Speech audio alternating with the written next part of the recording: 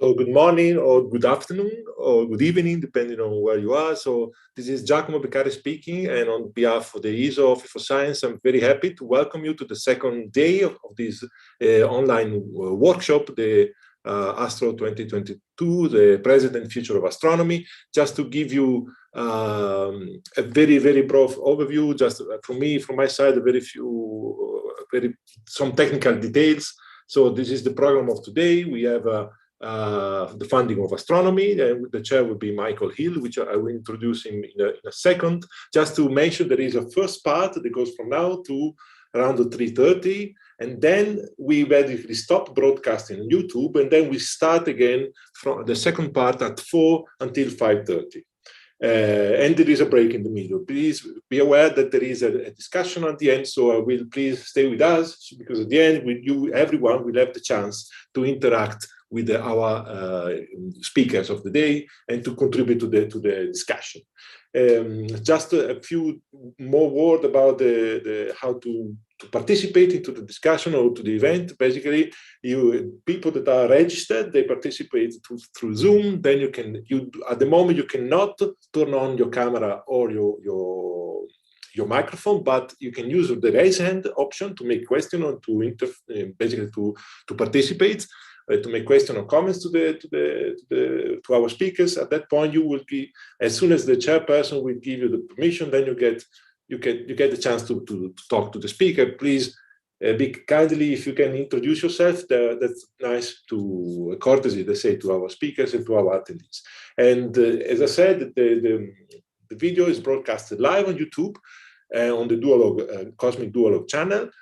You can ask a question or participate again into the discussion using the live chat. As I said at the beginning, so we will stop the broadcasting during the break and we start the broadcast again. So just go back to the home page of the Cosmic Duologue YouTube channel, and then you will see basically the YouTube streaming starting again at 4 o'clock after the coffee break.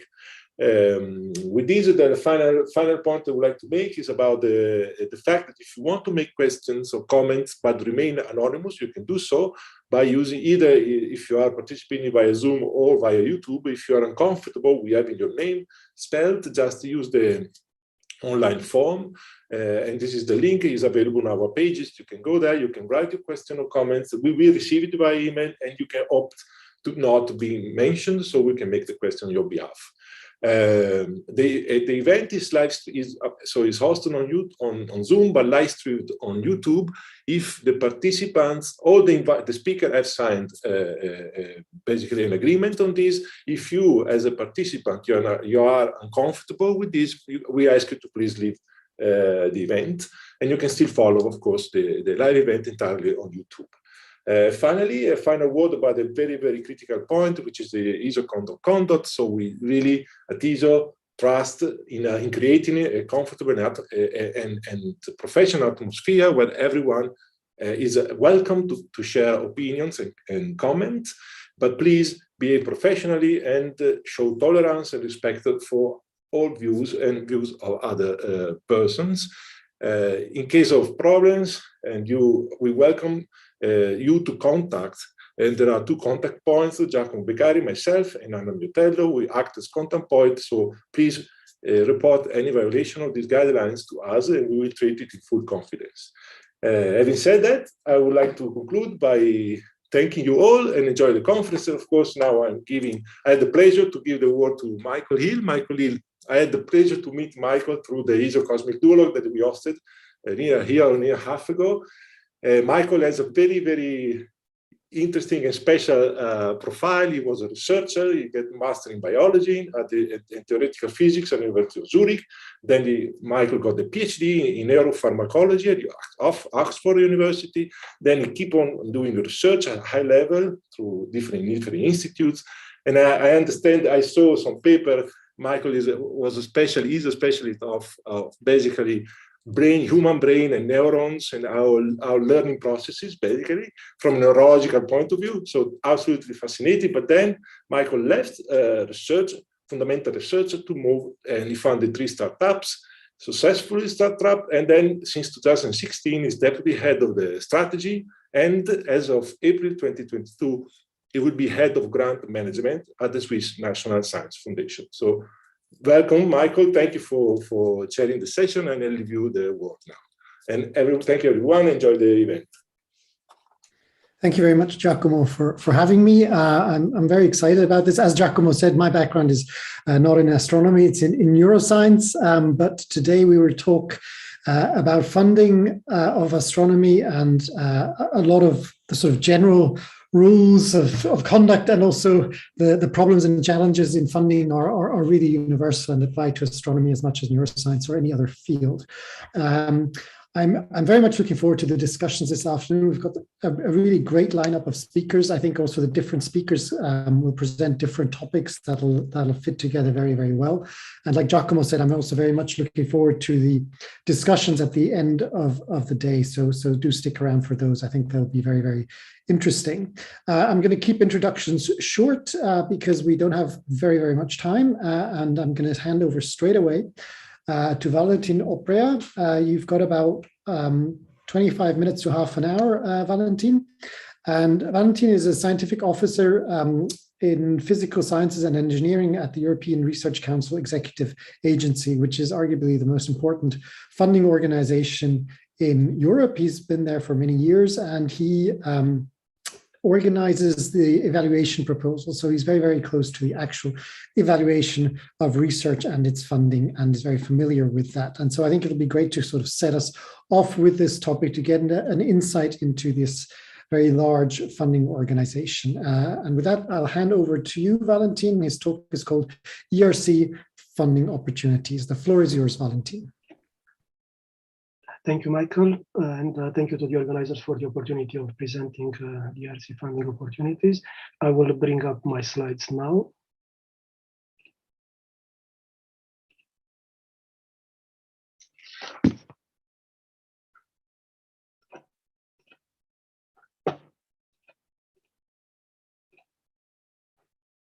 I hope that you can see my slides.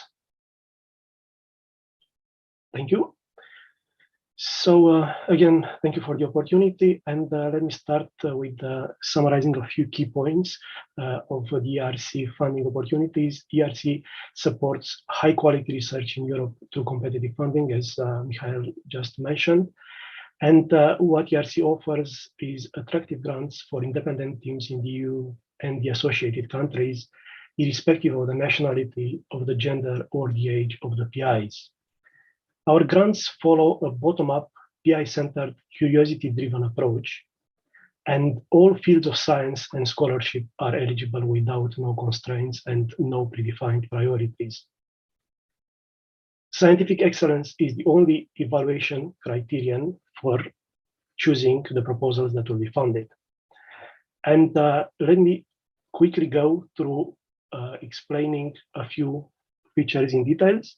What ERC offers to the individual grantee, which is the key element of the research that we fund, is creative freedom.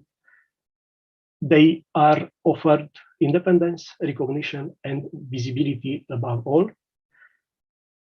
And they have the chance of pursuing their own dreams, of choosing the scientific topic for their research the way they find best, and of defining and choosing the team to implement the project the way they think most appropriate for that. Our grants are significant, and thus they offer to the PIs financial autonomy for 5 years. For practical reasons, for legal reasons, the grant agreements are signed with institutions, the host institutions in participating countries, in EU and the associated countries, with which the principal investigators will sign a supplementary agreement, and they have the chance to negotiate with the host institution the best conditions for their work.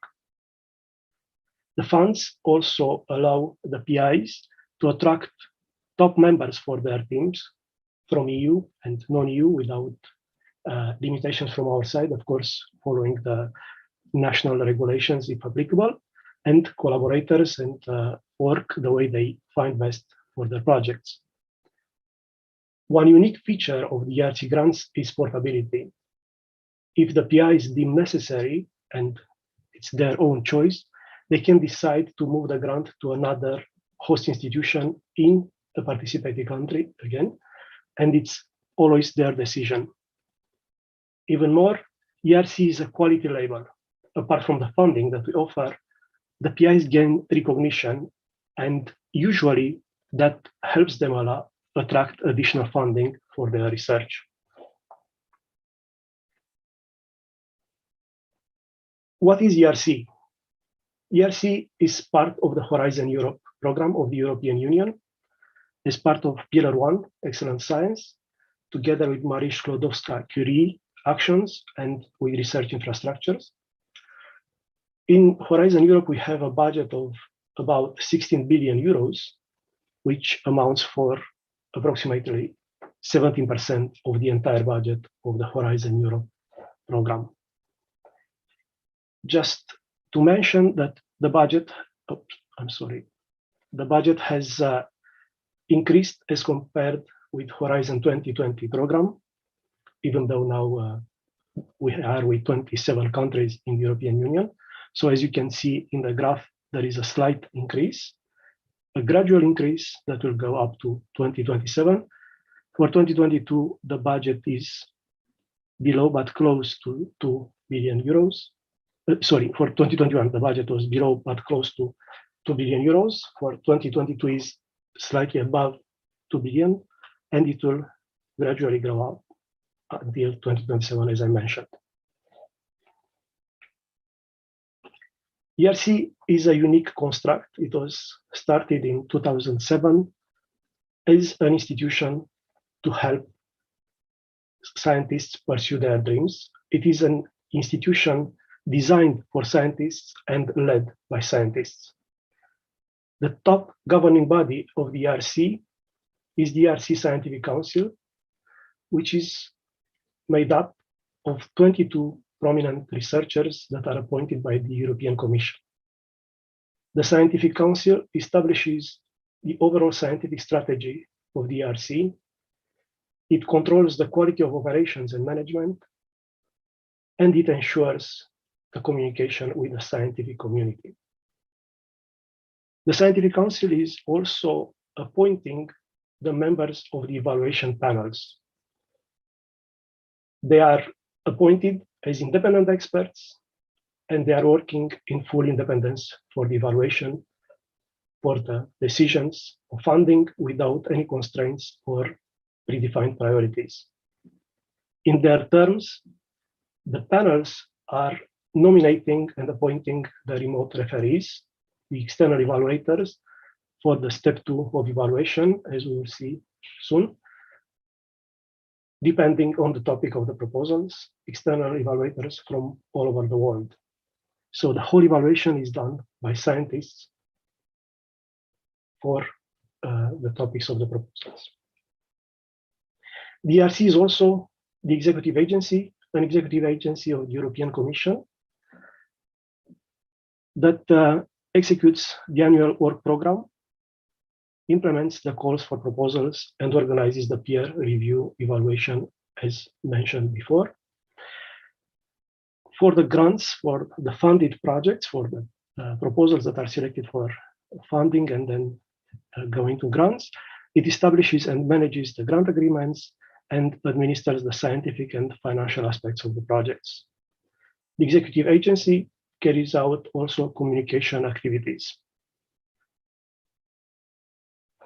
As mentioned, the ERC executive agency is part of the European Commission institutions, which and the European Commission provides the financing and guarantees the autonomy of the ERC for operating, again, nominating the Scientific Council and adopting the annual work program. Our funding schemes are designed considering the career stages of the applicants.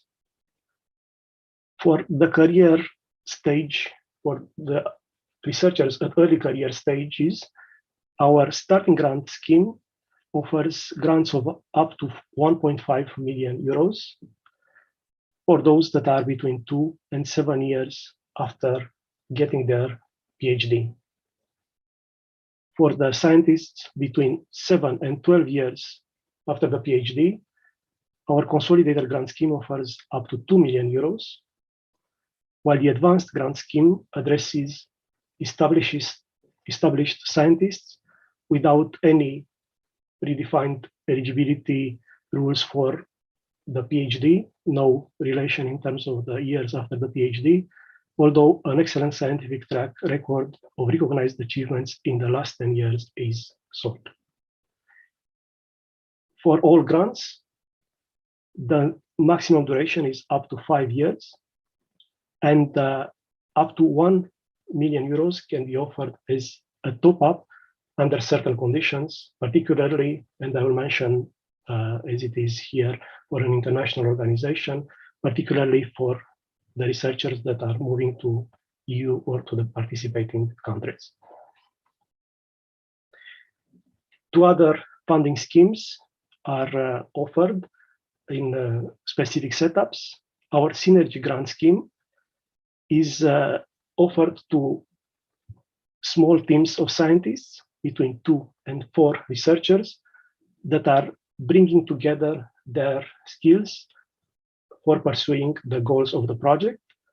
And they are working together, obviously, with their research groups, although they will be the principal investigators of the project. One of the 4 principal investigators can be located in a host institution outside the EU and the associated countries, although that cannot be the corresponding principal investigator.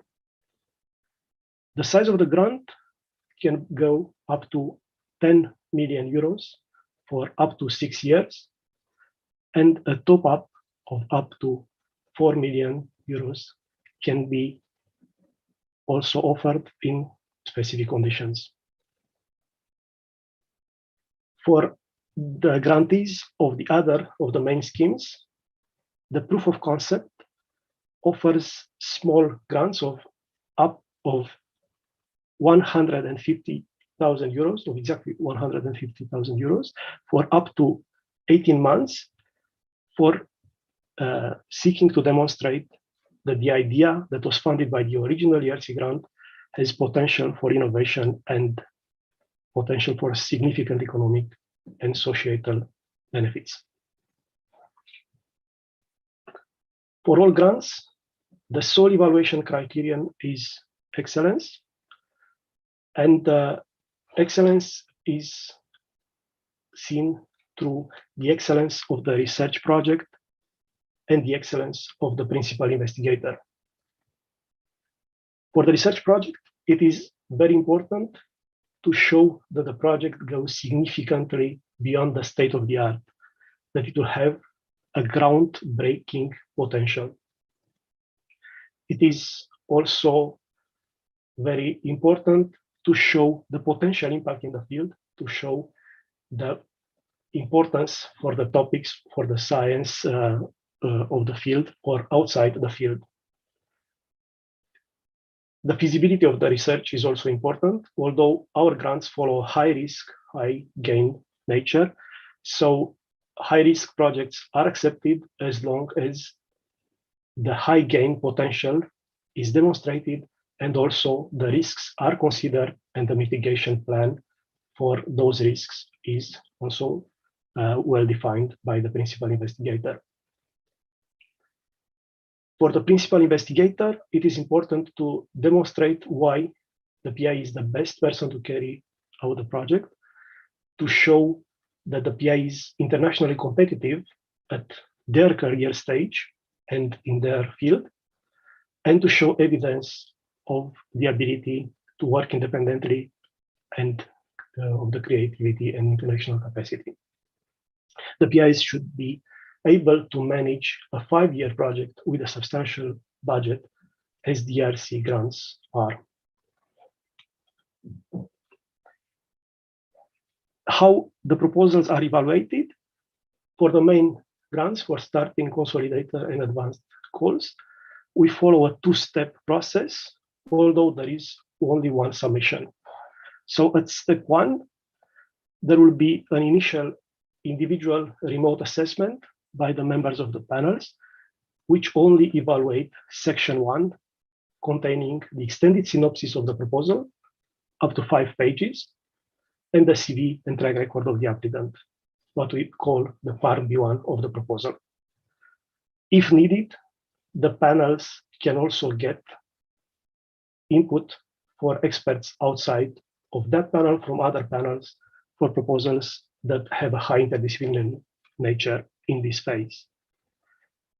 The decision of passing the proposal into the full evaluation in step 2 is taken by the panel at the panel meeting, which will decide on whether to reject the proposal in case it is found to not be of enough quality according to the ERC standards, or retaining it and passing it into the full evaluation. Those proposals that go into the full evaluation, meaning both part B1 and part B2 will be evaluated. So apart from the extended synopsis and the CV of the applicant that are in part B1, evaluators will consider the full methodology in part B2, and that will be done by the members of the panels and the external evaluators that are appointed by them at the end of the panel meeting. The decision will still be taken by the panel, and at the step 2 panel meeting, we also have interviews for all main calls. And the final decision will be considering all this. And the outcome will be some proposals will be retained for funding based on their merits, those proposals that will be found to have high quality and that would fit within the budget that the panel has available. Some other proposals might be also found to be at high quality, but as they will not fit within the budget, they might be considered for the time being as a reserve and funded depending on the available budget additional, while some other proposals will be considered as not enough quality and rejected, what we consider a score B. The panels that are evaluating the proposals are grouped into 3 domains: the life sciences, social sciences and humanities, and physical sciences and engineering. The structure of the ERC panels is actually breaking the traditional disciplines, the traditional split of disciplines. This is on purpose. Sometimes it corresponds to some extent to traditional disciplines, while for many and for most of the panels, that is actually either grouping traditional disciplines or going across them.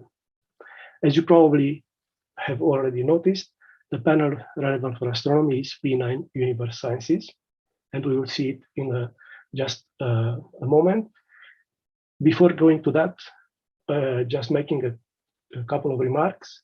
It is the choice of the applicant, the choice of the PI, to which panel to submit the proposal for evaluation, and that should be based on the topic of the proposal, considering the panel that can appraise its merits, its potential breakthrough and feasibility, and the rest. If needed, they can indicate a secondary panel, and as I mentioned before, in that case, if found relevant, the panel will get input from experts from this additional panel.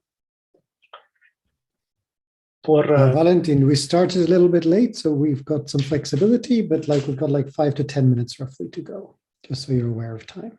Okay, I will move on.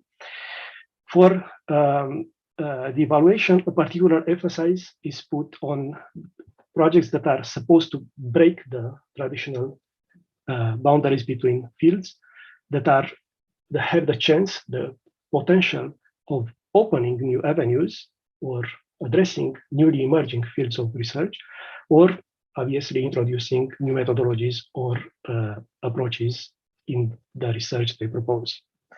The P9 Universe Sciences panel that I mentioned before covers all areas of astronomy and astrophysics. And here are the descriptors that are characterizing the P9 Universe Sciences areas. There are also a few things that I have to mention here. The descriptors are not exhaustive. They are in no way a classification, and they are in no way priorities. They are practical means for defining the topics of the proposal, which helps then identifying the reviewers according to that. We are living in an age of fake news. So let me try to already bring up some fake news about the ERC evaluation, some rumors, and mentioning the truth about that. So one of these rumors would be that you can only apply to an ERC grant if you are a highly accomplished scientist. That is not true. The track record of the applicant is considered according to the career stage, and it is important to highlight that, to highlight your achievements according to your career stage. Another rumor would be that you should continue your established research path to prove that you can continue what you already started and you have credibility. As I mentioned before, proposals that are doing things that are just standard are not for the ERC. What we are looking for are proposals that have the potential of transforming the field, of bringing new and transformative effects in the area. There's no benefit, there's no penalty for the grantees, for the existing grantees, for those that got ERC grants in the past. So the results of the previous grant can be considered as part of the achievements of the PI as with any other grants, irrespective of the funding agency. So there is no incentive, there is no asset for those that got previous grants. And of course, this doesn't apply for the applications for proof of concept, where that is a requirement to have a prior ERC grant in the main schemes. The ERC projects are not required to have social or economic or medical impact. If they have that, that is welcome, but this is irrespective of the potential social or economic impact of the proposals. All scientific fields are eligible, as mentioned before. Summing up, the budget is distributed across the scientific panels as a function of demand that ensures a pretty flat success rate across the panels. And it is important to highlight that the host institution is not an evaluation criterion. It is the choice of the PI which host institution should be chosen. As I just mentioned, associated impact is not a criterion. And although the maximum duration for our grants is 5 years for the main schemes, proposals shorter than 5 years are also welcome. It is the content of the research that determines the budget, although the maximums have to be followed. And as mentioned before, the career stage, it is important, and the achievements of the PI will be considered in this context. DRC is a success story. After 15 years, the figures that I'm showing now are a testimony for this. There are more than 10,000 top researchers that have been funded since the ERC was created in 2007, and the grants funded by the ERC employed more than 80,000 researchers and other professionals. Just a couple of other things. There are more than 850 research institutions hosting ERC grantees in the EU and the associated countries, and the grant holders have more than 85 nationalities. As I mentioned, of course, they can be of any nationality as long as the host institution is in participating countries. The success of the ERC is also confirmed by a qualitative evaluation of the ERC completed projects, an exercise that was launched by the ERC Scientific Council back in 2015, and it is performed annually. This is an ex-post peer review assessment of the research outcomes of the ERC completed projects, done 2 years after the completion by independent evaluators identified and appointed by the Scientific Council. They are grouped into panels according to the standard ERC structure and are assessing the results of the completed grants.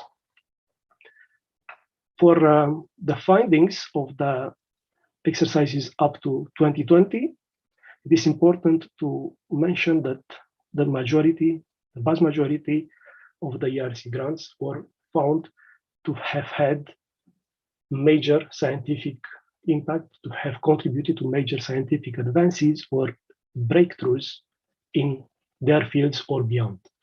As you can see, for the 2020 exercise, more than about 81% of the grants that were assessed or found to have had the contribution to the major scientific advance or a scientific breakthrough.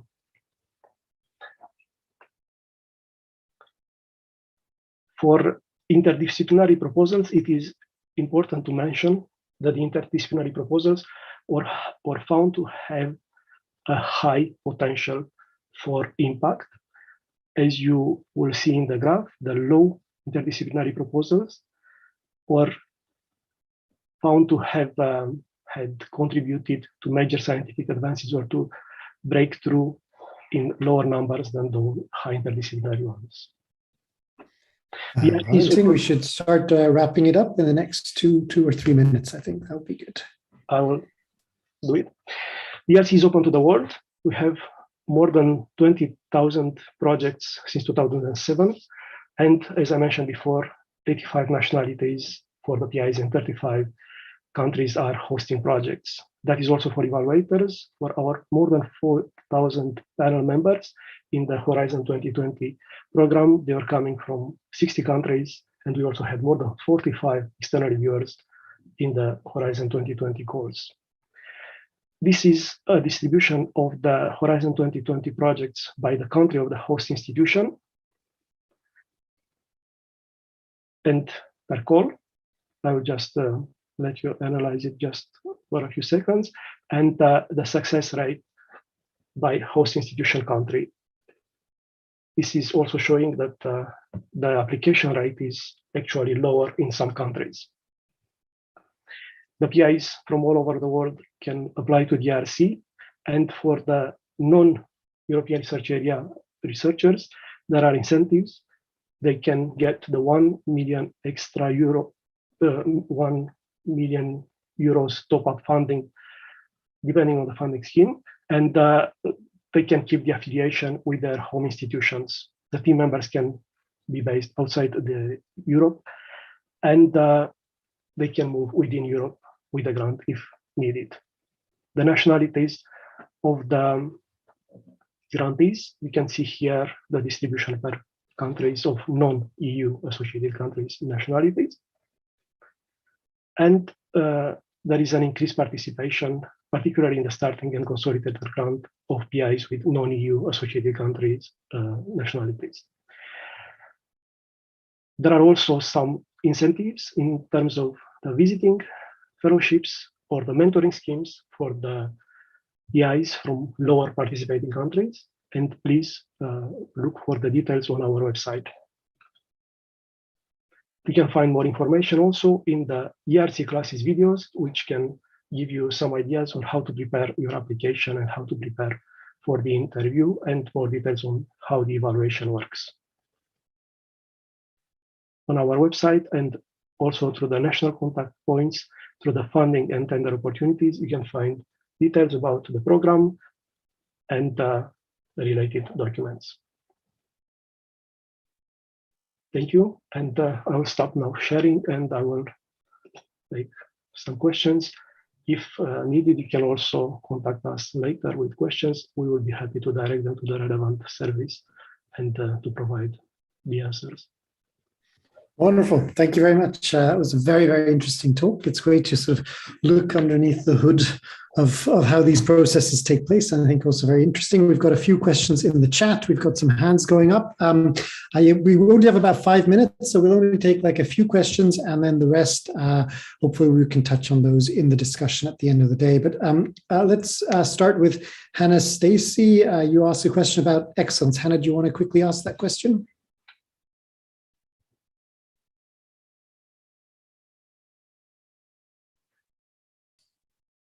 Yeah, I was just curious about there's a use of the word excellence a lot when you describe the potential applicants. And this just sort of concerns me that it sort of requires individuals to describe themselves as excellent. And I'm not sure how many individuals would self-describe as being excellent. It seems like that just sort of serves to alienate some individuals, especially ones who from sort of marginalized groups and who are more likely to suffer from imposter syndrome. You know, I'm sure they're doing great research, but how many people would describe themselves in those terms is what I want to understand.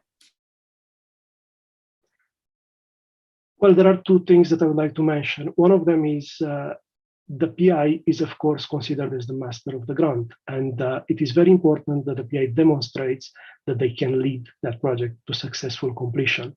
So the PIs should be outlining their capacity, their intellectual creativity, their capacity also to lead a grant, but also to have creative ideas, and their achievements, their track record. On the other hand, it's also important that the excellence is evaluated by the panels and the other experts. So, of course, there are many ways in which the PIs will describe themselves, but the panels, the evaluators in general, will be looking for the facts, for the achievements, for the reality in what they did. So, although there would be differences in ways that applicants are describing themselves, it will be their merits that will be considered.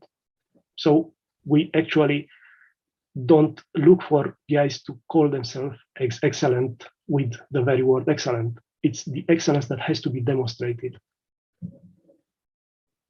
Okay, thank you very much. I think we'll probably come across this term excellence maybe a few more times this afternoon. It's a very multifaceted term, and it's one that comes up again and again, I think, in these discussions. I'll take one more question from people who've raised their hand, and then the rest I hope we can defer to the discussion. Paola Andreani, do you want to ask your question, please? Yes, hi, I guess I cannot turn on the video, sorry. The question is related to the schema. There's a more philosophical questions, whether you have ever thought how you allow serendipity discovery in this schema, because I have the impression that it's very, very rigid in some sense. You ask too many requirements from PI submitting this proposal, an evolution of plan, and while we know from the history of science that the most important discoveries are done by chance or by serendipity, or allowing people from these different disciplines to talk together and so on. So I wonder whether this schema allows this. Thank you, Paula. This is a very good question and a very important point for the ERC grants. Our grants actually have a high degree of flexibility. We do not operate with mandatory milestones, with mandatory deliverables. So there is no requirement in delivering specific results at the end of the project. On the other hand, the PIs have the flexibility to adjust the project, to make the changes needed to adapt to developments in the field or to the developments within their own project. If new findings are resulting from the project, those will be welcome and they will be considered as equally important for the project, even though they might not have been considered per se from the beginning in the application. On the other hand, as I said, we operate with a high risk, high gain principle. And that means accepting the possibility of failure. So if some of the proposed objectives will fail, that is considered as totally acceptable, although what matters are the efforts that the PIs will put into this. So summing up, there is no formal requirement for strict pursuit of the application as described in the original. The PIs have the chance to adjust, and whatever serendipity brings in is highly valued. Great. All right. Thank you very much for the great questions and answers. Valentin, thank you again for a very, very interesting talk, sort of setting us up, understanding the ERC a bit better at this point. We will hand straight over to Dr. Abigail Frost.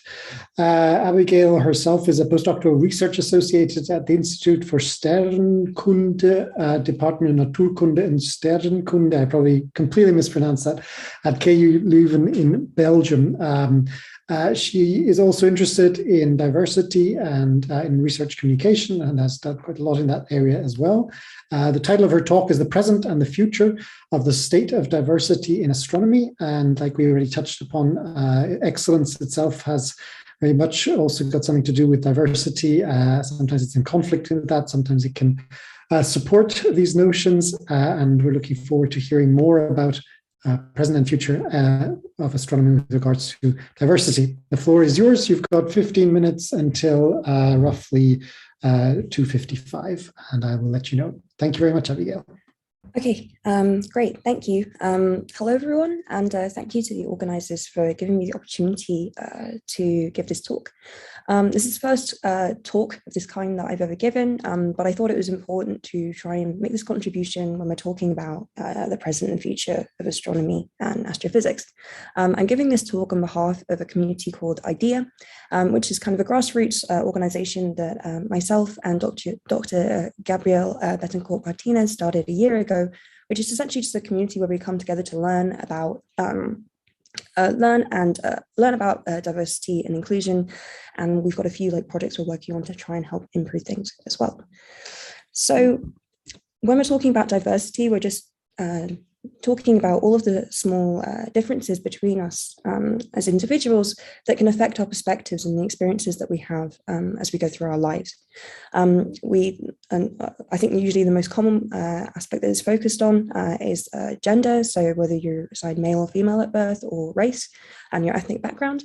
But there are many different aspects to diversity, and I've kind of tried to highlight some of them here. So in addition to gender and race, you also have your class, as we call it in the UK, or your socioeconomic background, which could include things such as whether you're maybe perhaps a first-generation university student, and also the access that you've had to resources growing up and also during your education.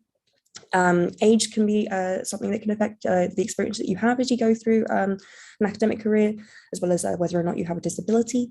Your religion can also affect your experience, as well as your gender identity or your sexuality, so whether you fall under the LGBTQIA umbrella, and also whether you're neurodiverse, so whether you are perhaps on the autism spectrum, for example, or whether you have ADHD, for example. So why should we care about diversity in astronomy? Well, I think personally that, astronomy captures the interest of people of all backgrounds across the globe. And it therefore makes sense to me that at a professional level, astronomy should also include people from all sectors of society. And it's also been shown through a number of different studies, which I've listed here, that different backgrounds and having a diverse group is actually beneficial to your research group. And it kind of makes sense if you have a broader group of experiences, perspectives. This is going to broaden the pool of ideas that you have within your group, the ways of thinking, and this can only improve your research discussions. And I include some data from a study that was done and published in Nature Communications here, which shows that by having a more diverse group seems to correlate with 5-year citation count of various different academic groups. So what about the current state of diversity in astronomy? Well, the fact of the matter is that physics and astronomy still has a long way to go if we're going to have a kind of a good representation of all of the different groups of people that we find in the wider population within our field.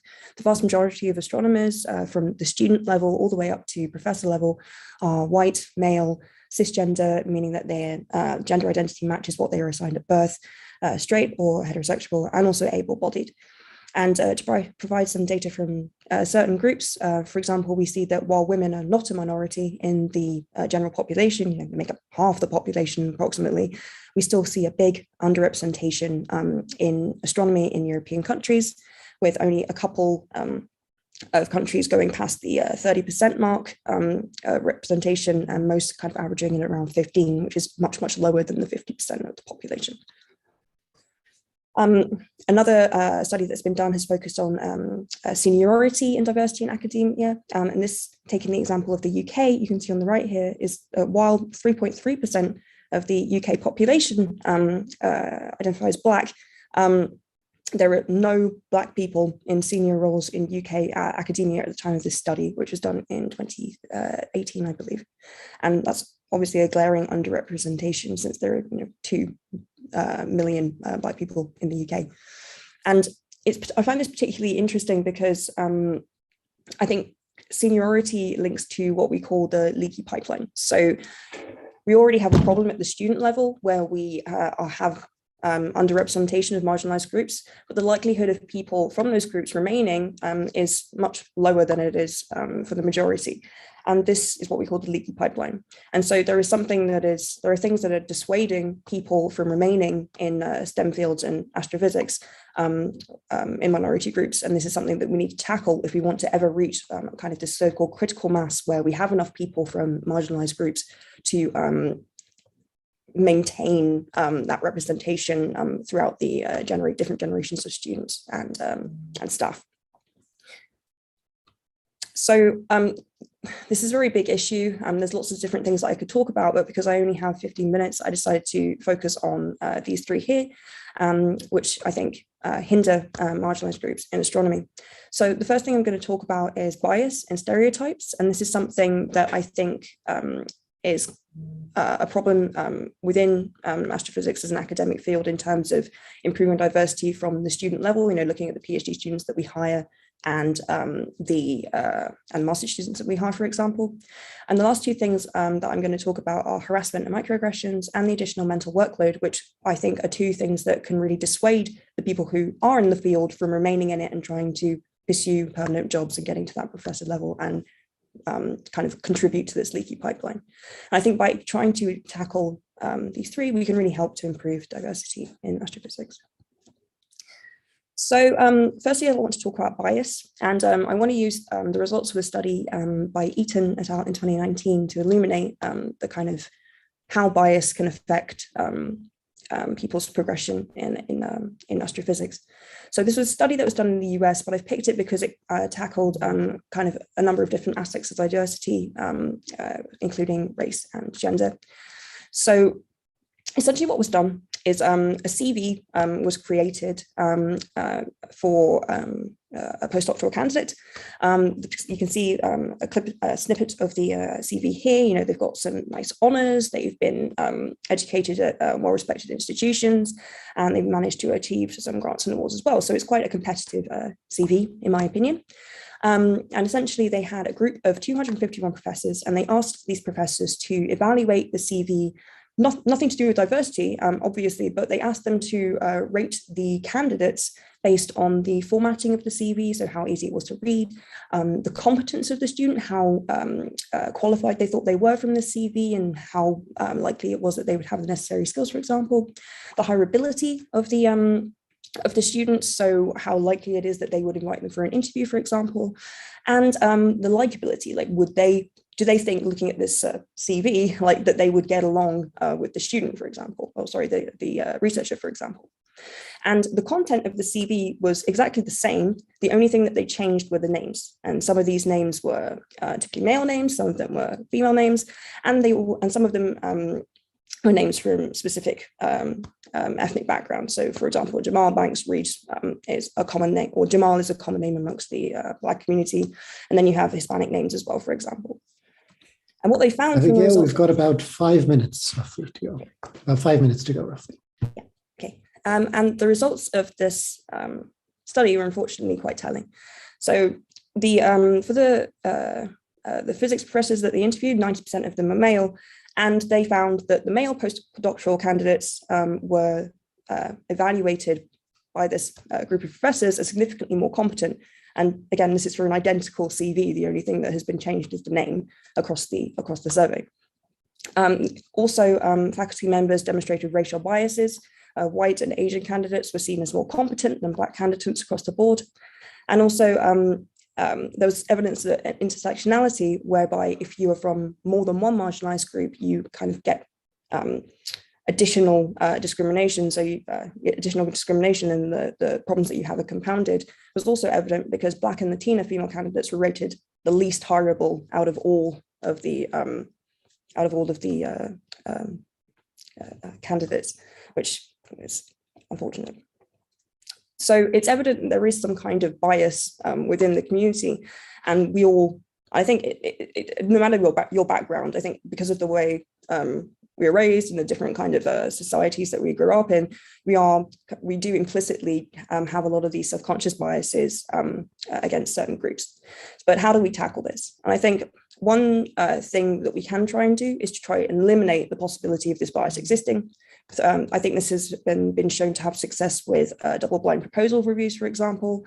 And I think this could also have an effect in the long term if we change the way that we do our hiring practices.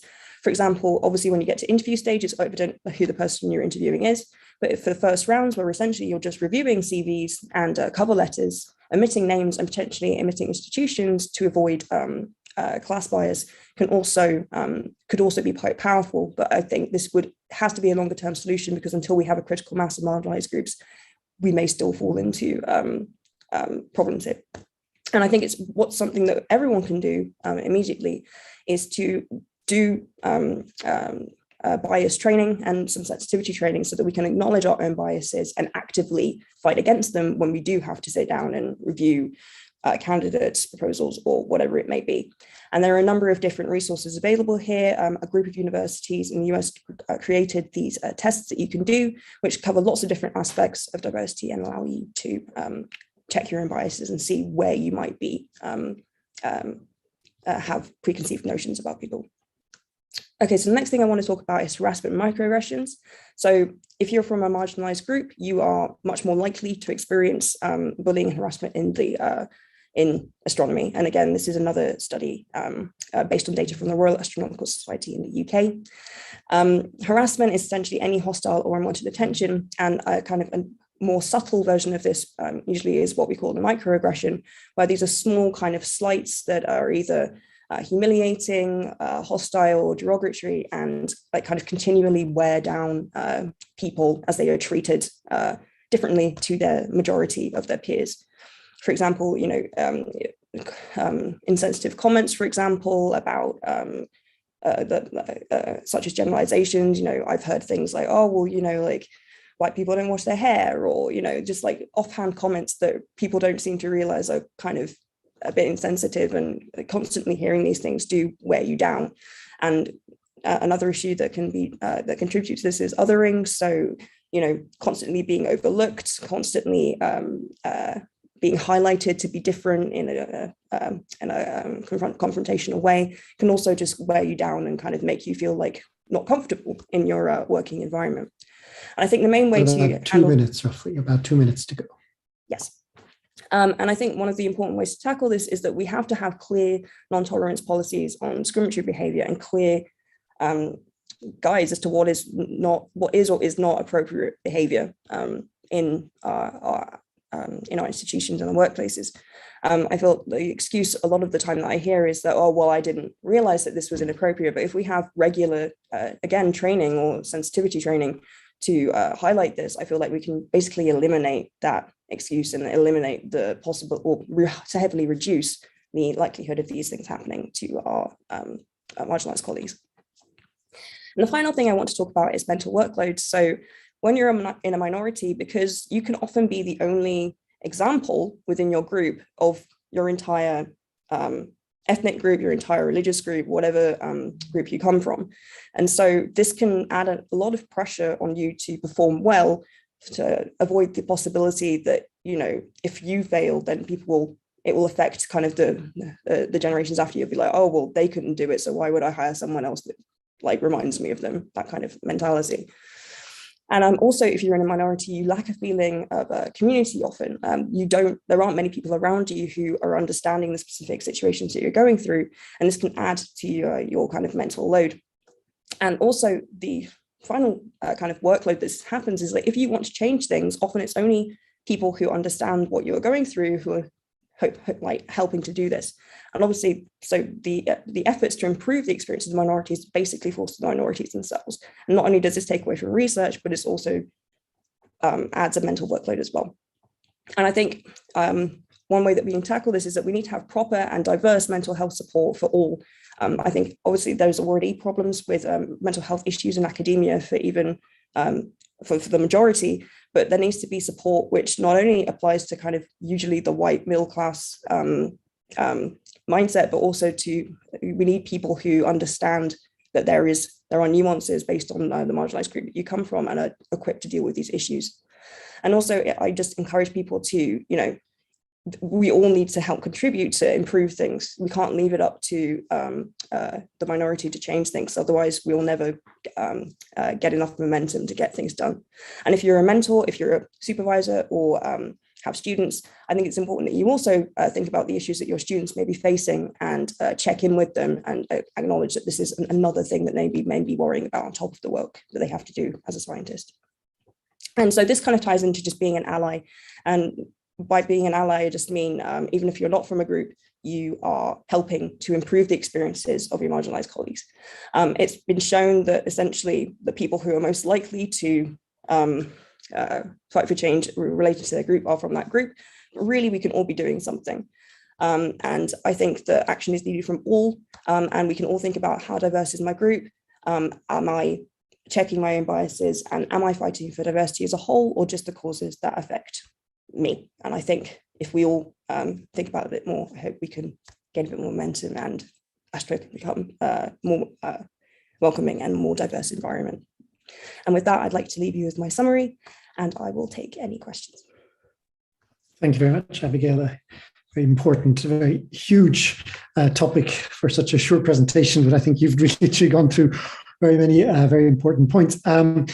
I also want to just quickly reach out to the people who are joining us on YouTube. You can post questions through the YouTube chat, and we're monitoring those as well. So if you have any questions there, just start posting them during the talk and we'll pick them up. And for now, if there are any hands raised here, we'll go in there as well. So you can raise your hands, but we'll start off with a question from the chat from Marcus Witowski with regards to the Eton et al. Study. Marcus, do you want to take the microphone and ask your question?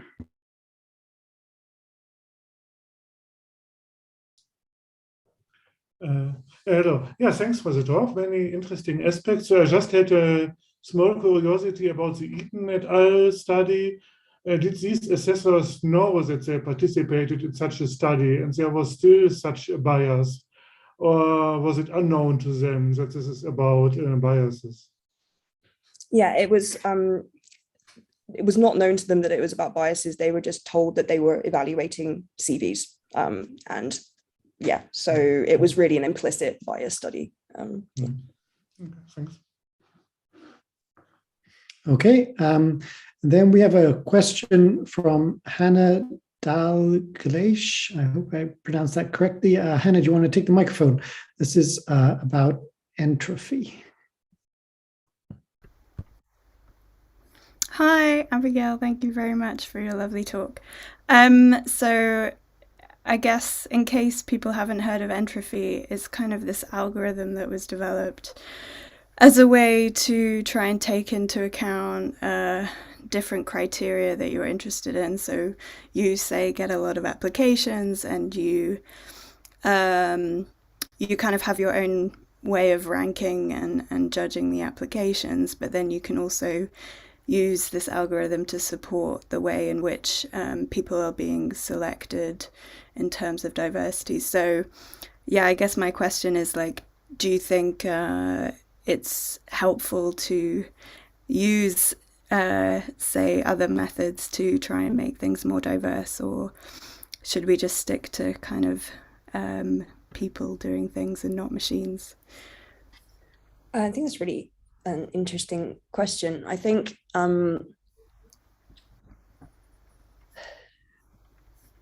there is one thing that I kind of think about. I'm unfamiliar with entropy in great detail, but I would be interested to know who developed it and how, and just because I know I think we like to think that, like, you know, AI is infallible when it comes to bias and things, but, you know, it was still developed by people, and we've already seen in things like, you know, facial recognition AI that they work better on certain demographics of people because they were developed and tested by certain demographics of people.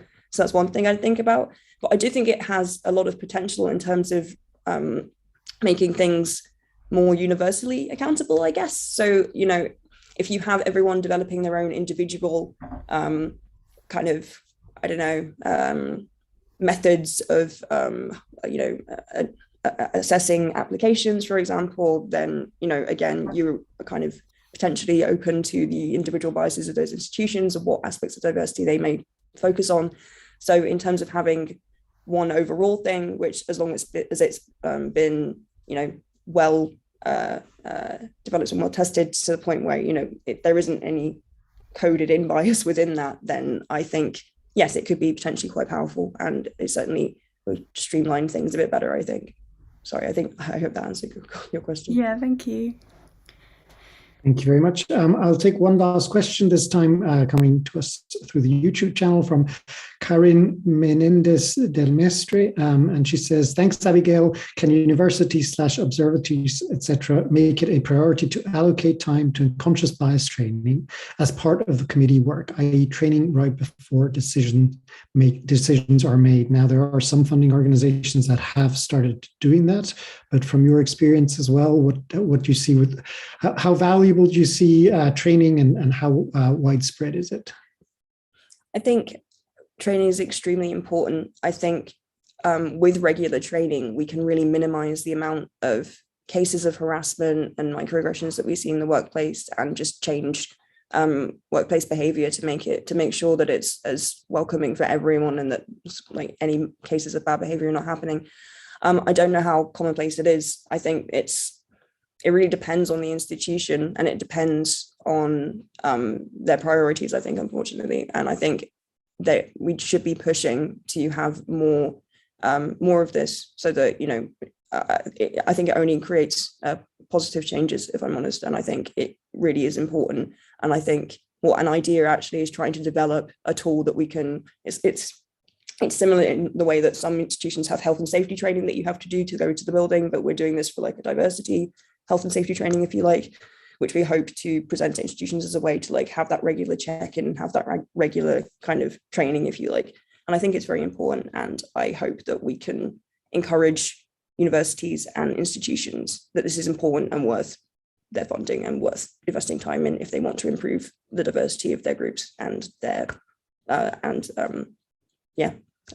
just improve things generally. Great, thank you very much. Very, very important points. With that, we'll go on to our next talk. Thank you very much, Abigail. That was very, very interesting. And I would like to invite Professor Thiago Gonçalves to take the microphone. Thiago is adjunct professor at the Universidade Federal de Rio de Janeiro with expertise in information and evaluation of galaxies. And today he's going to talk about a very specific example in funding, specifically with regards to Brazil and the effects that their funding program had there. And I think he'll also tie in to some extent with what we just heard, although maybe from a different point of view, so with incentives inherent in such funding systems. His title is A Critical Analysis of Science Funding in Brazil, Ways of Inclusion. You have 15 minutes, so until about 3:15, and I will keep an eye on time. The microphone is yours. Thank you very much, Thiago. Okay, thank you very much for the opportunity to talk to you here and to talk a little bit about what I'm going to say about this problem of the funding here in Brazil. First of all, I'm not an expert in funding. I'm a professor, so I'm going to be talking mostly from personal experience, but also related to head of the graduate program here in my university and how the funding works in general in terms of research and fellowships, especially for the graduate programs.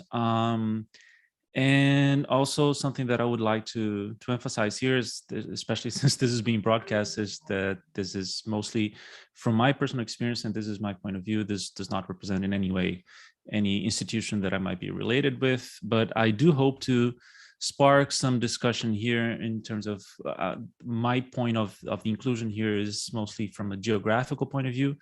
So I guess most of the attendees here are from Europe, but I would like to see if this in any way relates to your experience in your own institute, especially if you're from a developing country. And I do see that I have a lot of colleagues from Brazil here. So if you want to add your 5 cents to the end or to the discussion later, that would be great. But I just hope to bring up some points that will be interesting in the discussion later on. And I'm gonna start talking about the elephant in the room in case of Brazil, which is the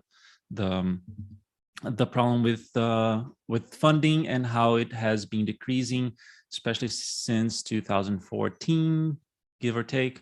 The yellow line, I think, shows it all. You can see how it's been going down since then and up until 2020 in this plot, but that trend still continues to 2022. And this is not just a problem of GDP going down, as you can see, but the actual funding as a percentage of GDP has been going down pretty steeply. So definitely we do have a problem of how funding is being funneled into research in general, and especially that red line is the public side of research and development in Brazil, and as you can see, it has been going down pretty strongly. So this is definitely a crisis in a sense that we're having in Brazil, and we can also look at it in terms of the value of the fellowships that are going for the PhDs and for master's programs in Brazil. This is the value of the national fellowship corrected for inflation, and there has not been any correction to the value since 2013. And the inflation in that period corresponds to approximately 50%. So as you can see, the value for those fellowships have been strongly decreasing, and especially the master's fellowship that is more or less equivalent to minimum wage in Brazil, just a little above, something like 10 to 20% above minimum wage. For someone that has a degree, a bachelor's degree. So of course that has been driving people away from science pretty strongly in the last 8 to 10 years in Brazil, and something that we're still trying to deal with in a way. But I'm going to try and go a little beyond that, just the financial problem of how that's been going down, and try to dive a little deeper into the problems that a group of people have been trying to work on. This is something that I have been discussing with other people, especially a colleague of mine, Dr. Reinaldo de Carvalho. Some of you may know him. And we've been discussing this with a work group that we're trying to tackle some of these problems, trying to delve into the data to see what we can do. So one case study that I'm going to show you here is the CAPES fellowships, which I just showed. So for those of you who don't know, the fellowships for PhD programs and for graduate programs in Brazil works a little different from the US, which is the system that I'm most familiar with. In the sense that we have a national system and this accounts for approximately 73% of all graduate fellowships in the country. In the sense that we have a lot of programs. We have something like 6,000 programs, 6,000 graduate programs in all areas. But most of the fellowships are national. They're that same value for everyone.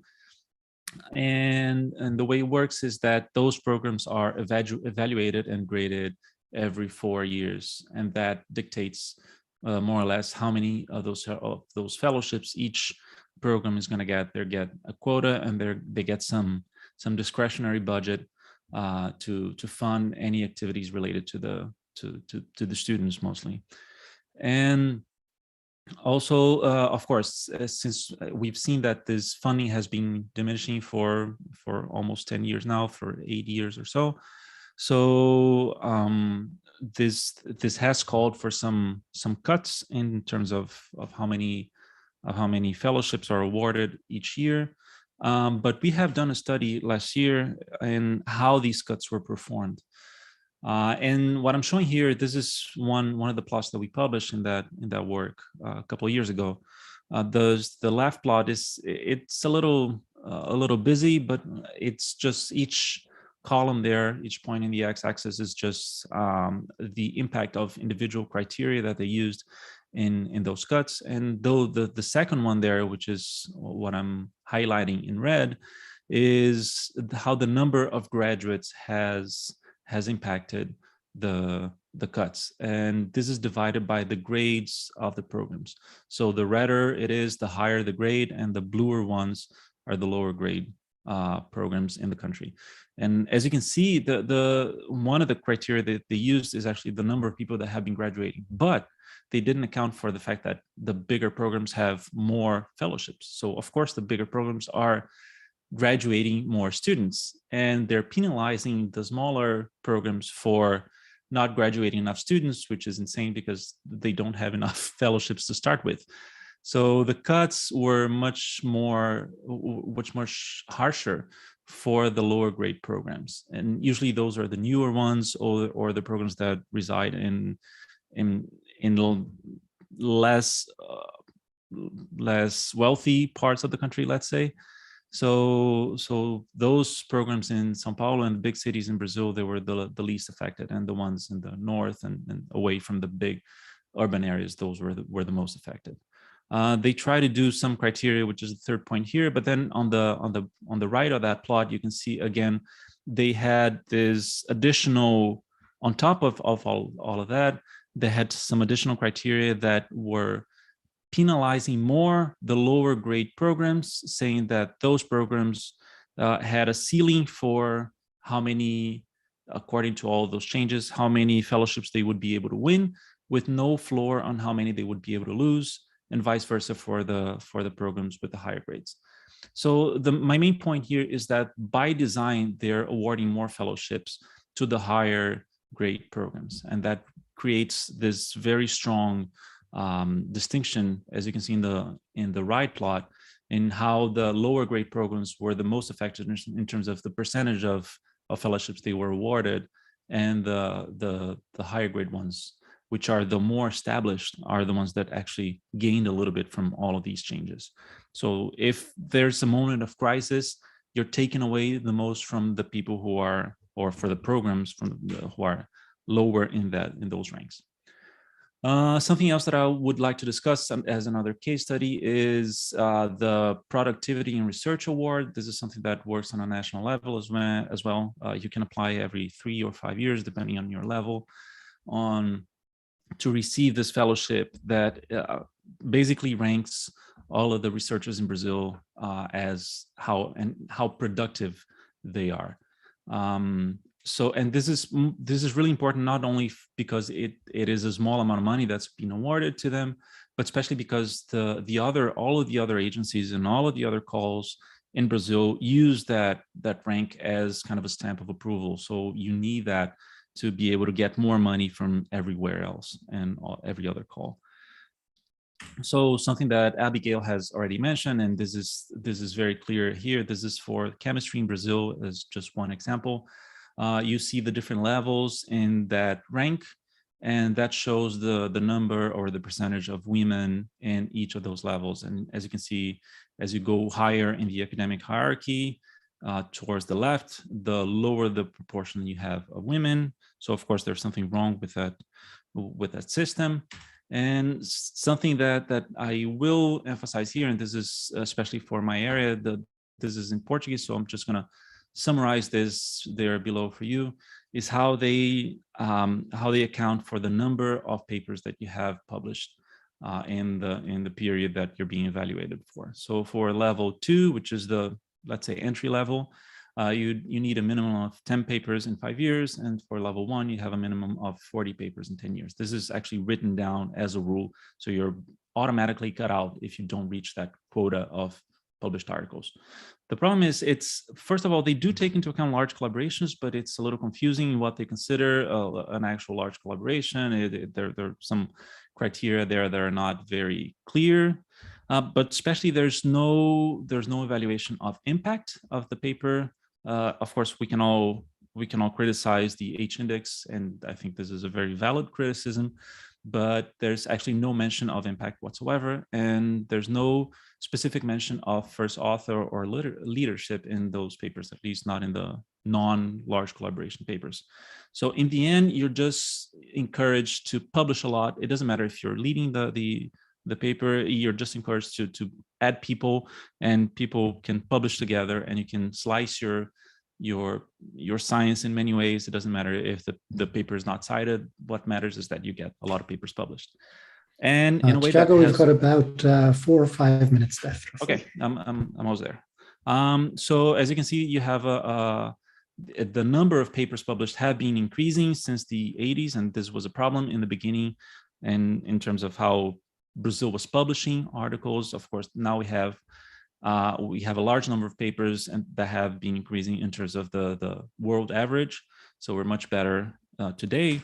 But if you compare the number of articles with the impact of and how that has increased since the 80s, the increase has been much more modest, if it has happened at all. So it has been really, really low. And you can see here also that unlike many other countries, Brazil has been pretty much the same in terms of impact of its research in the long term.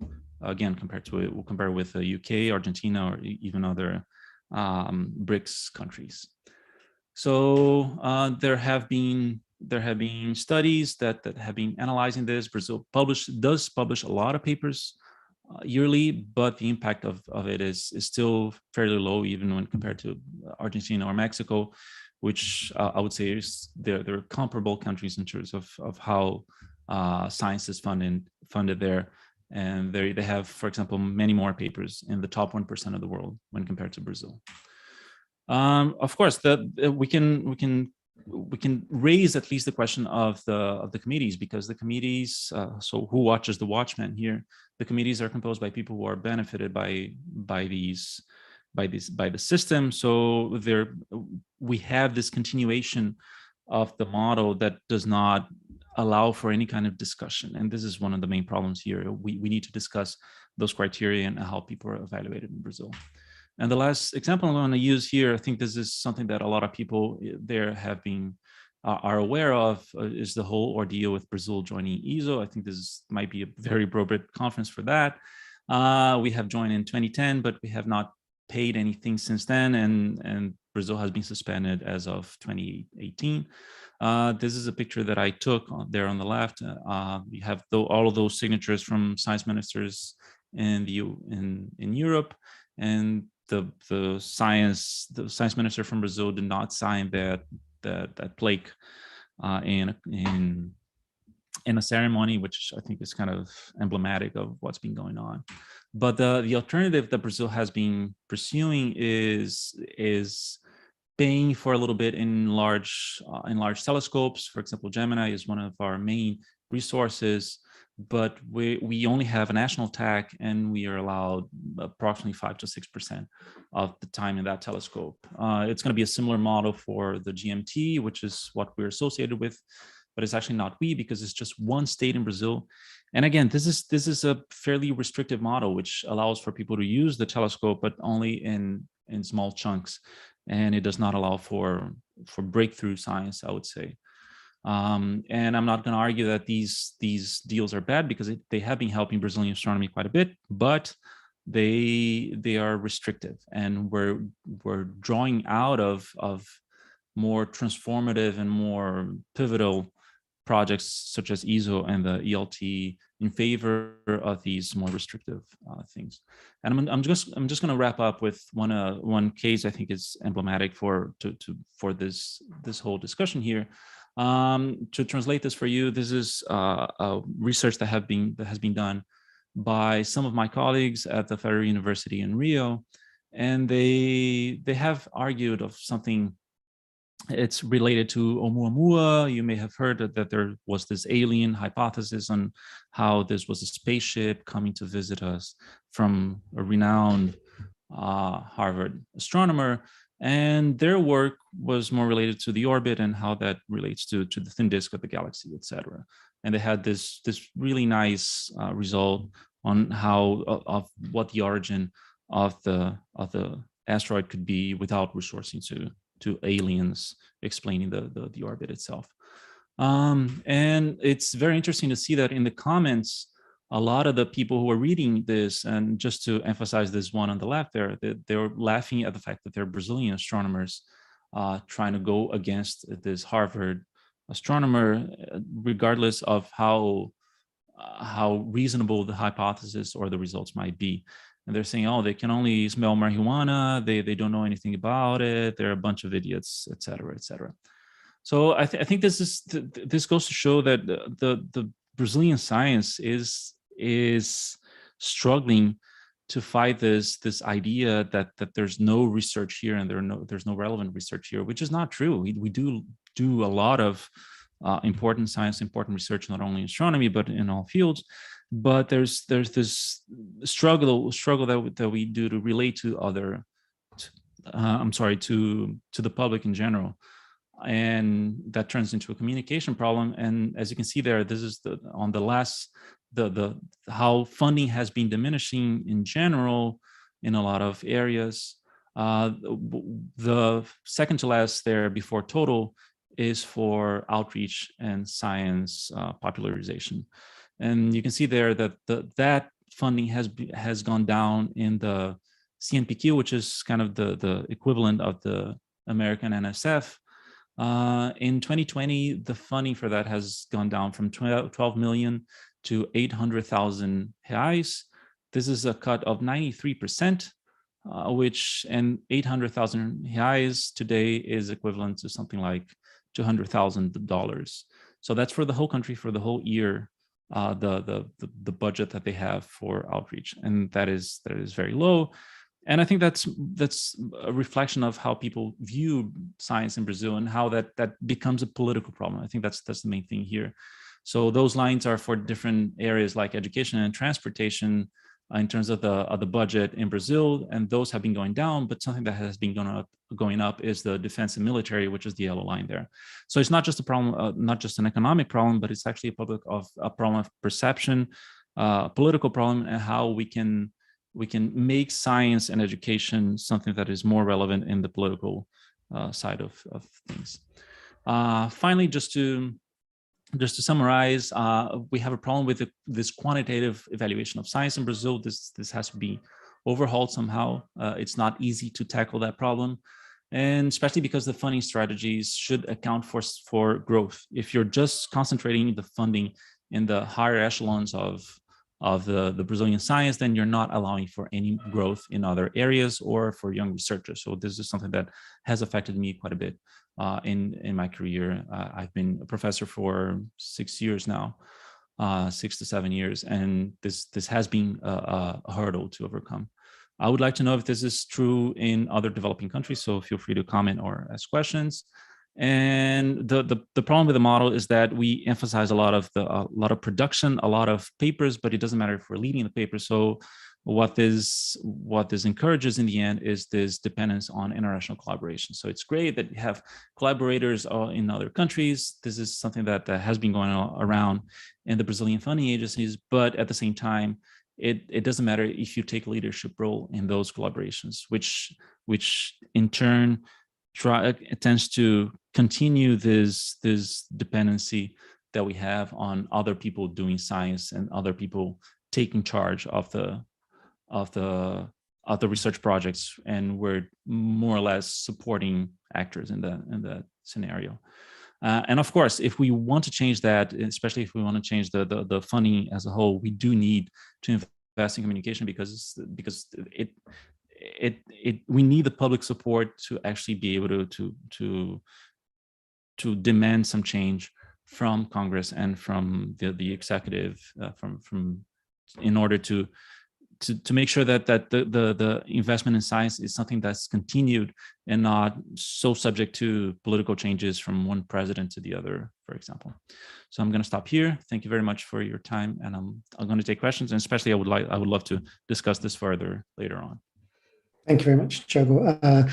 We will only have time for one question. We're a little bit behind in time. So if there are any questions in the audience, please raise your hand or enter them in the chat. I don't know if there's any questions in YouTube. I think not yet. It's very interesting to see the different levels of bias that are present here, or the different levels which influence funding and careers, also comparing what Abigail was telling us and what you've been showing us. So is there a question that we have in the audience right now? I think also what you presented, even though it's specific to Brazil, it is also very generally true in one way or another, almost everywhere around the world where those kind of discussions take place. And I also wanted to quickly, whilst we wait, in case there are any questions, quickly pick up, you mentioned the H index, which, just for those who might not be aware, if you have an H index of 15, it means you've published 15 papers which have been cited 15 times. And of course, the problem is if you need to publish a lot of papers to even get funding, there's a sort of snowballing effect that kind of repeats itself, because the more funding you have, the more papers you can publish. Right, I don't see any questions coming in. We have one here, yes, from Elena Valenti. Do you want to take the microphone, Elena?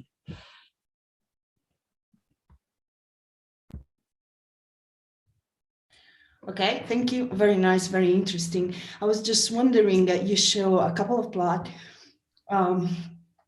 showing the impact of the publication. So I was wondering how that impact was assessed, because you also mentioned that no H index is used, no other criteria. So I was curious how the impact is valued. No, this is from a report. I have the link for the report up there, and I can show it to people. I forgot exactly how this specific study has evaluated impact. I think it does have to do with the citations. I don't know if it's the average citation or how they account for that.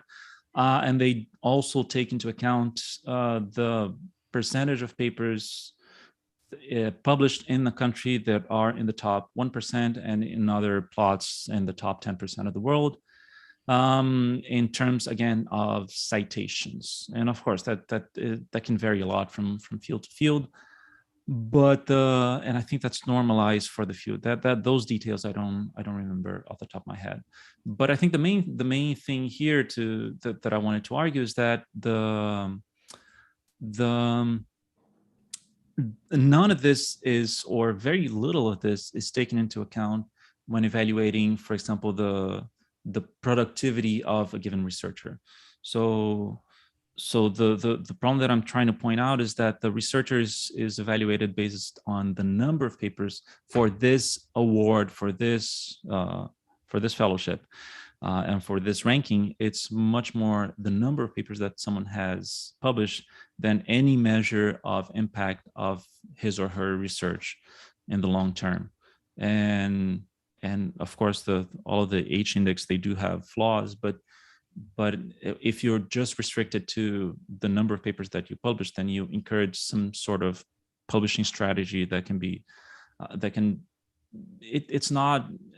can be very incremental and very little. The papers can be somewhat limited, let's say, and you can split your research in very small chunks, just so that you publish more articles instead of doing something that's a little more transformative, let's say. Okay, thanks a lot for the clarification. It was a very nice talk. Thank you. Thank you very much. Yeah, I think it's very interesting to see also, because these different talks, they all talk at very different levels, but they're all sort of pointing to the same sort of issues that are really omnipresent. Thank you very much for that great talk, Thiago, and I hope we can discuss it a bit further at the end of the workshop. We would now go over to Dr. Francesca Primas. She is staff astronomer at ESO and our host, but also an expert on stellar structure and evolution. She's also a member of ESO ISO Diversity and Inclusion Committee, which is closely related to what she will talk about. She will talk about equitable hiring at ISO, which again, of course, relates to the two talks we've just heard. We will go on until about 3:45 with this talk. We might have time for one question, but I want to make sure we've got at least a 10-minute break. So with that, I would like to hand over to you, Francesca. Thank you very much.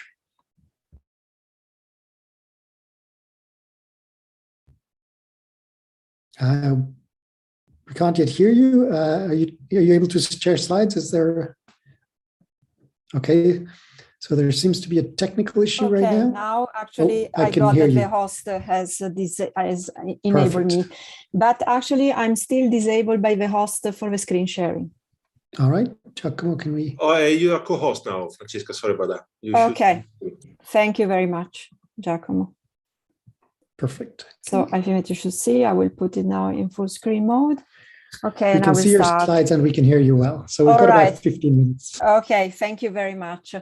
And thank you to the organizer for giving me this opportunity to share with you what ISO is doing in terms of EDI matters, and especially with a special focus on equitable hiring. And as you can see from the title, actually, since I ended up in this session about funding astronomy, I think that we can just take a look at the hiring as a long-term funding. And I'm Francesca Primas. I'm the speaker today on behalf of the ISO Diversity and Inclusion Committee, which is a committee at ISO that reports directly to the ISO Director General. So let me start by setting the stage and see how ISO is committed to equity, diversity, and inclusion. And I would like to start from a kind of setting a framework, which we call the ISO way. And the ISO way is a way to, it entails various aspects and especially also various important and official documents. At the bottom of the ISO way is, I think, is the sharing of the ISO values. These have just been renewed and updated quite recently, and indeed, diversity and inclusion are among the top ISO values, and in order to carry on our mission. And as I said, I mean, it entails different aspects, one of which is the people policy. So this is also an official document. And this is basically, in a few words, what ISO does for its staff, for the people, caring for the people. We also have a respectful workplace policy, and a few advisors have been trained quite recently, and that goes along very much with the code of conduct. You have heard yesterday Giacomo repeating about the code of conduct, mentioning the code of conduct for scientific conferences and meetings. We also have a code of conduct for our observing facilities, so for the visiting astronomers. And this concerns the area of how we work together, how we collaborate, and how we communicate at ISO. And finally, the third pillar is what we call the competence framework. And this is more like how we carry out our projects. And it is also a nice way, a nice structure in order to make it more transparent, the way that we evaluate performances and the way that we do promotions and career development.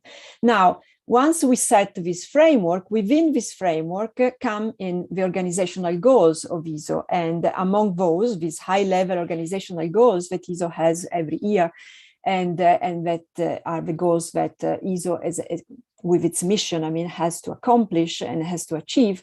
There are also some diversity and inclusion organizational goals. As you can see here, I mean, I will not read all of them, but you see that the focus has been slightly different, has increased with time. But these are the goals that we have been given by our council and the Director General as well together. I mean, and what we have worked on in the last few years. These organizational goals are mostly goals and objectives for the Diversity and Inclusion Committee, as well as for all the people within the organization that deal with equity, diversity, and inclusion. So before moving really to the topic of this talk about the recruitment and hiring guidelines, let me just share with you a few numbers ISO related. And just to, I mean, there are numbers related, let's say, to diversity.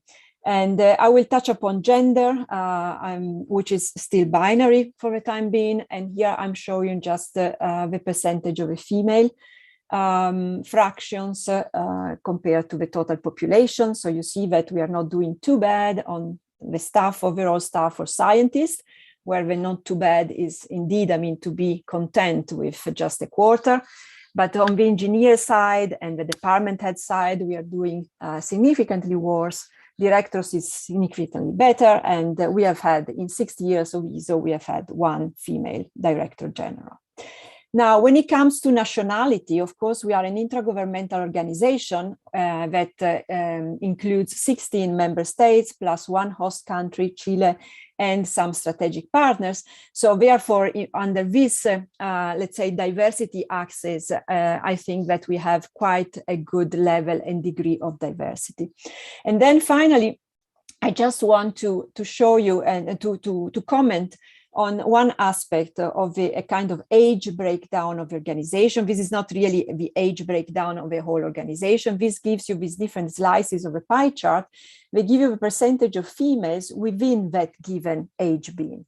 And I would like just to comment on this 43%, which is not really among young staff that we've been able to hire on a long term, but includes also the postdoctoral fellows. But still, it confirms what we are observing also, for instance, within the International Astronomical Union, where you see that the youngest age being is indeed significantly better represented in terms, or significantly better balanced in terms of gender, where within the IAU, I mean, the youngest generation actually reaches almost the gender parity. So, said that, in terms of diversity, I mean, let's move now to the main topic of this talk. So hiring at ESO and what the Diversity and Inclusion Committee has worked on and what has recommended. So this was assigned to us by the Director General, has asked the committee to actually review the current or the old policies, recruitment guidelines that we had, and try to make a thorough comparison with what is available and what is the common practice and best practices outside the organization, and come up with a set of recommendations. And the goal was always to, let's say, the guiding goals were really to improve the diversity in the group of people who usually apply to our jobs, and at the same time to minimize the biases in the selection process and to make it more transparent. So in a way, we wrote our recommendation, splitting them or dividing them in different sessions or sections. And each of them has some improvements, some recommendation, what could be looked at and what could be analyzed further or what could be improved. I will not be able to touch upon all of them. I just have made a selection of some of the recommendations that we have made. You see here, I mean, we started from the recruitment portal, which is the most external facade of ESO, our face towards the outside world. So it should be a very attractive portal in order to attract the people to apply. Then I will move briefly on the job advertisement. We have introduced a new tool, the diversity profile. I will spend some words on that because I think it is very important. And then I will close up with mentioning something about selection boards and especially shortlisting, which I consider a very important step. So let me start by what I call the preparatory work. So what you need to do and what we recommended that is done before even going out with a job advertisement. So first of all, while preparing the job advertisement, I think it is very, very important to pay attention to the language, because research has suggested that men and women respond differently to different types of language. So we are talking about agentic and communal. And therefore, we need to be very careful how we write, what profile we are looking for, and how we try to make it as attractive as possible to the most diverse set and pool of candidates. We also recommended that experience with multicultural teams is always included as a possible requirement or nice to have, because we are a multicultural, as I've just shown you in the pie chart, we are a multicultural, multinational organization. When it comes to where to advertise for a position. Also there, I think that we need to move away from not to move away, but we need to reinforce and increase the number of channels where we advertise our jobs. Of course, we are not using only the classical and standard channels that were available, and they were absolutely fine. I mean, 20 years ago, we are out on the social media, but there are significantly more and larger numbers of different channels and different platforms. And for instance, and this is very important, I mean, to maximize the diversity in the pool of applicants. Young generations are using different portals and different platforms. In the recent years, I mean, ESO has experienced for the first time, for instance, the participation to these virtual career fairs where possible future candidates or future applicants have a chance actually to have one-to-one chats with their possible future employer. And I think this is all important to clarify doubts, to also make the organization known to possible interested applicants. And finally, as I said, one main outcome of this review of the recruitment policies and guidelines was indeed to introduce what we call a diversity mapping. So basically, we tell the recruiter manager, map your team. This is the first thing that you need to do before even going out with a job advertisement with a position. You can choose the dimensions, even if, I mean, the dimensions can be many, but they are not infinite. And usually we are always discussing about the usual dimensions, but this is really important because it makes the recruiter manager really to identify and reflect afterwards on the strengths and weaknesses of a team, and then compare that to the profile that they are looking to fill. And in this way, it helps them also identify which are the underrepresented axes. And with that in mind, then the job advertisement can be written and then posted and advertised.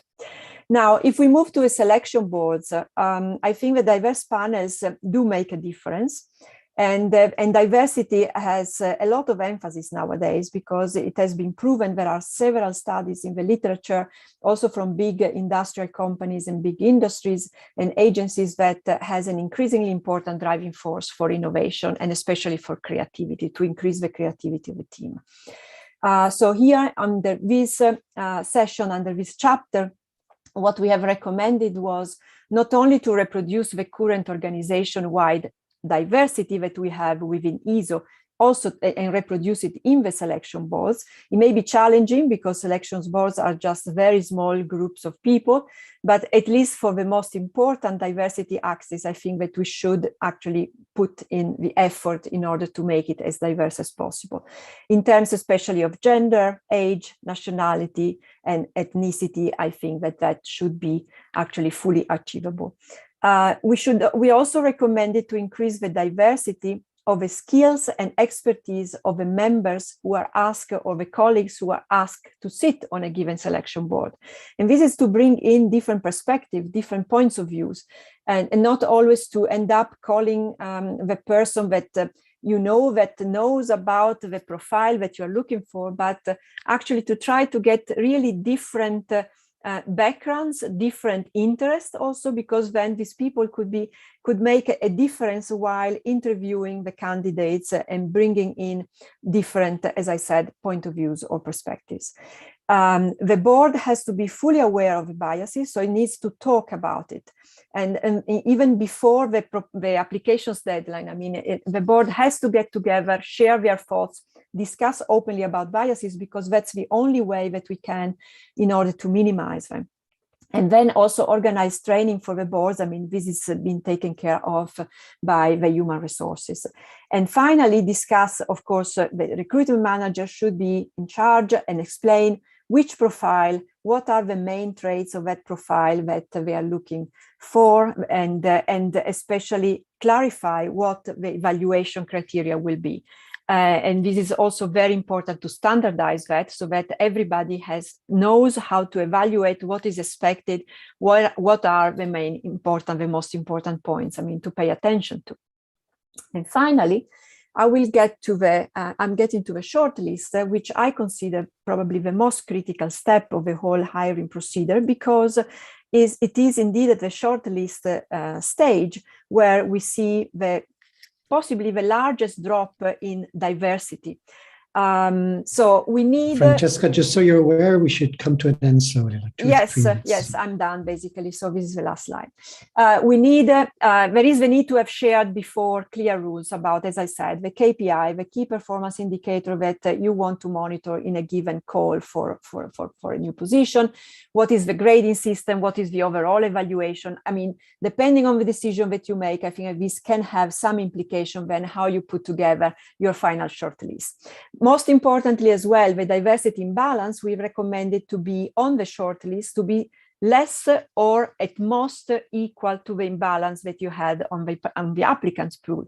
Of course, we also added whenever possible, because there are certain diversity axes where it will not be possible to do that, because maybe then you will need to compromise on the quality, or you will need to compromise on the fulfillment, more than on the quality, on the fulfillment of the requirements of the job requirements. But for some other diversity axes, I think this is absolutely within reach. And at similar required skills, applicants increasing diversity shall be shortlisted first, or shall be shortlisted for sure.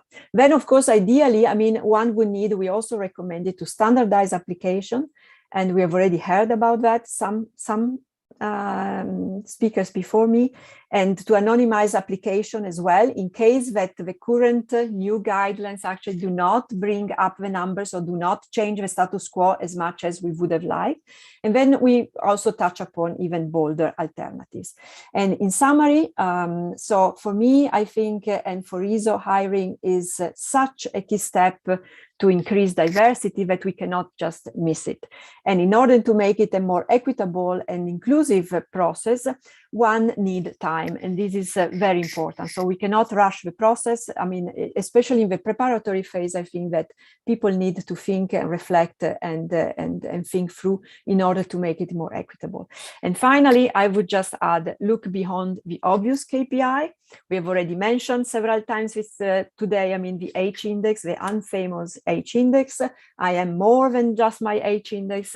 And this means we need to look at people, I mean, in a more thorough way, also what else they can bring to a team. And I think tomorrow we will have a very interesting session in the afternoon about how to assess properly and or to change our assessments rules. And with this, I will thank you for your attention. Excellent talk. Thank you very, very much. If there are any questions, please put them in the chat. Giacomo, let me know if there's anything from YouTube or email. I see we've got a few hands also coming up in the audience. So let me quickly switch over to there. And Abigail, would you like to ask your question? Hi, Jessica, thanks for this talk. I was wondering, so a lot of the data you present in the beginning concerns the women at ESO, which is like obviously great, but do you have any more data on other marginalized groups in ESO? Is this being pursued or thought about within the institution? I saw in your like future, like your timeline, you have disability, which is great, but I wondered for other groups as well. Is this being considered or quantified or at least investigated with data? No, at the moment, I mean, we are doing just, I would say, the standard or classical type of diversity axis. This is what is available, I mean, through our databases. But since we are, as you notice, I mean, we have different axes, new axes that are under discussion, and we hope to start monitoring also those. It takes time. I mean, in a sense that certain information is just simply not available because it has never been collected.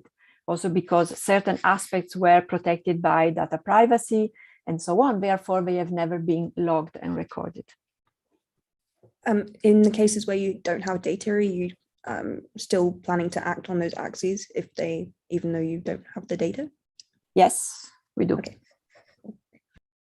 Then I would like to hand over to Federico Lelli, if you want to take the microphone.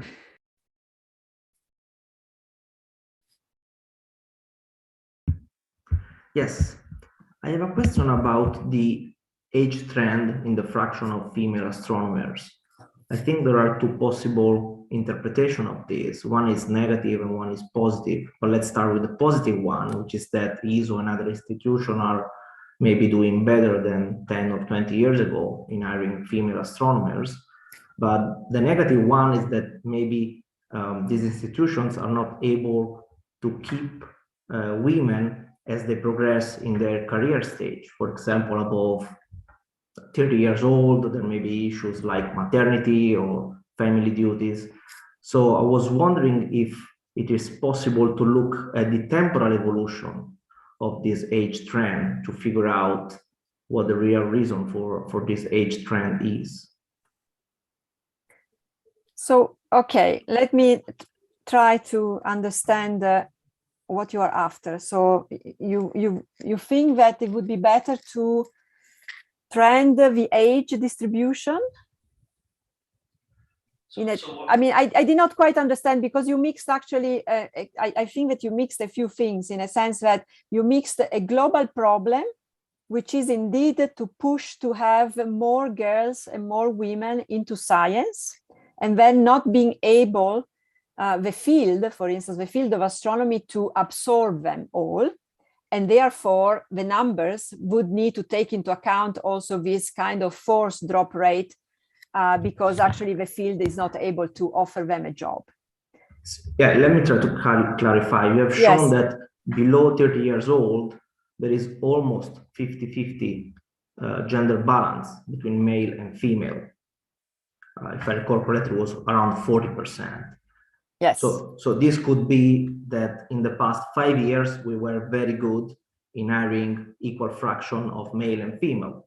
But if this has been the same for the past, let's say, 20 years, it may mean that during PhD and maybe the first postdoc, we are good in this hiring female. But then when they reach a higher career stage, so for faculty position, for example, we are not able anymore to retain women in astronomy.